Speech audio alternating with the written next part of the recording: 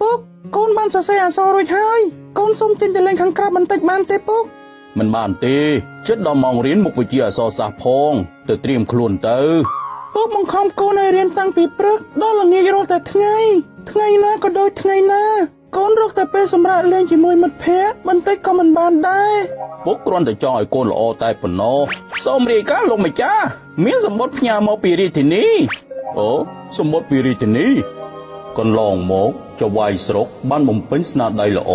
ក្នុងការការពារប្រជាជនឲ្យជៀសផុតពីគ្រោះថ្នាក់បាក់ទំនប់ព្រះអង្គសពព្រះហឫទ័យប្រទានប្រាក់100តម្លឹងនិងដំឡើងថ្នាក់ជាមន្ត្រីយុត្តិធម៌ទទួលបានរាជសារនេះហើយប្រញាប់ឡើងមករាជធានីទទួលភ្លាមអូចាណាយើងបានឡើងតំណែងហើយយេអូព្រះគុណព្រះអង្គស្អែកពីអ្នកពុកកូនយើងឡើងទៅរាជធានីចូលគប់ព្រះអង្គទាំងអស់គ្នាណាបាទពុកអាយ៉ារាជធានីពិតជាប្លែកភ្នែកមែនទែនមានមនុស្សកកច្រើនណាស់បានមែនហើយពីពេលនេះទៅពួកយើងត្រូវមករស់នៅទីនេះមែនទេពុកប្រហែលជាអញ្ចឹងមែនហើយកូនគិតយ៉ាងម៉េចដែរចូលចិត្តទីនេះពីពេលនេះទៅពួកយើងត្រូវមករស់នៅទីនេះមែនទេពុកប្រហែលជាអញ្ចឹងមែនហើយកូនគិតយ៉ាងម៉េចដែរចូលចិត្តទីនេះអត់កូនចូលចិត្តមើលទៅសប្បាយណាស់យូរណាស់ហើយកូនមិនដែលចេញក្រៅដើរលេងបែបនេះទេពុកកូនចង់ហូបនំបញ្ចុកនៅទីនោះគេមានលក់ណោះវាក៏ល្មមដល់ពេលយើងសម្រាកនិងចំអែតក្រពះបន្តិចសិនដែរតោះចូលទៅអញ្ចឹង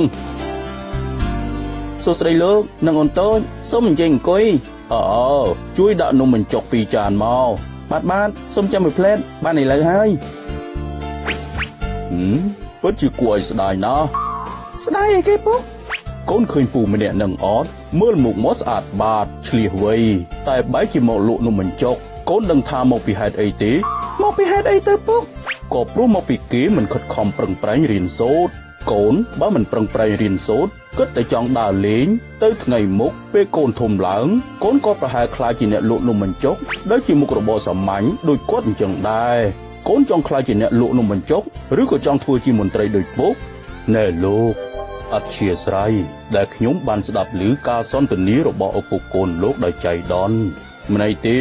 មានរឿងអីដែរលោកដែលខ្ញុំបានស្ដាប់ឮការសន្ទនារបស់ឪពុកកូនលោកដោយចៃដន្យម្នៃទេមានរឿងអីដែរលោកអាចប្រាប់ខ្ញុំបានទេថា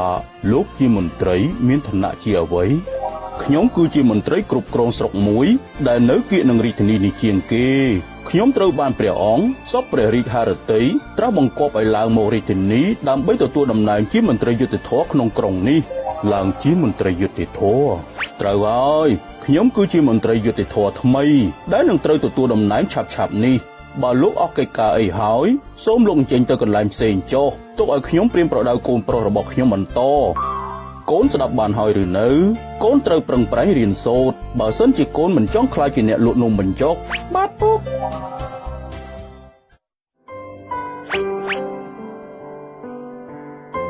ហើយអ្វីបានជាព្រះអង្គមិនឲ្យយើងចូលគាល់ទ្រង់ផ្ទាល់តែបែរជាឲ្យមកចូលដំណាក់របស់ឧបរាជទៅវិញណោះលោកឧបរាជមកដល់ហើយសូមគោរពលោកឧបរាជប្រពៃណាស់អ្នកទាំងពីរគោរពលោកឧបរាជខ្ញុំមកទីនេះដើម្បីទទួលតំណែងមន្ត្រីយុត្តិធម៌ថ្មី